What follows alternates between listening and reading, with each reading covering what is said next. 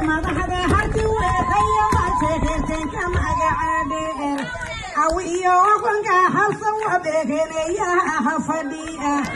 idil sawaha rohaya ibrahim madihi usla besanjiga maxamuhu salege bandad kula masebe warreega maxamuhu yarabku hormaysa maaha khudaalay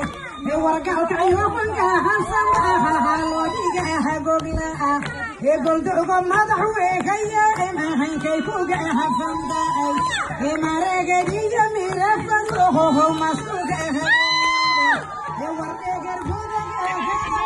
halbala saharaya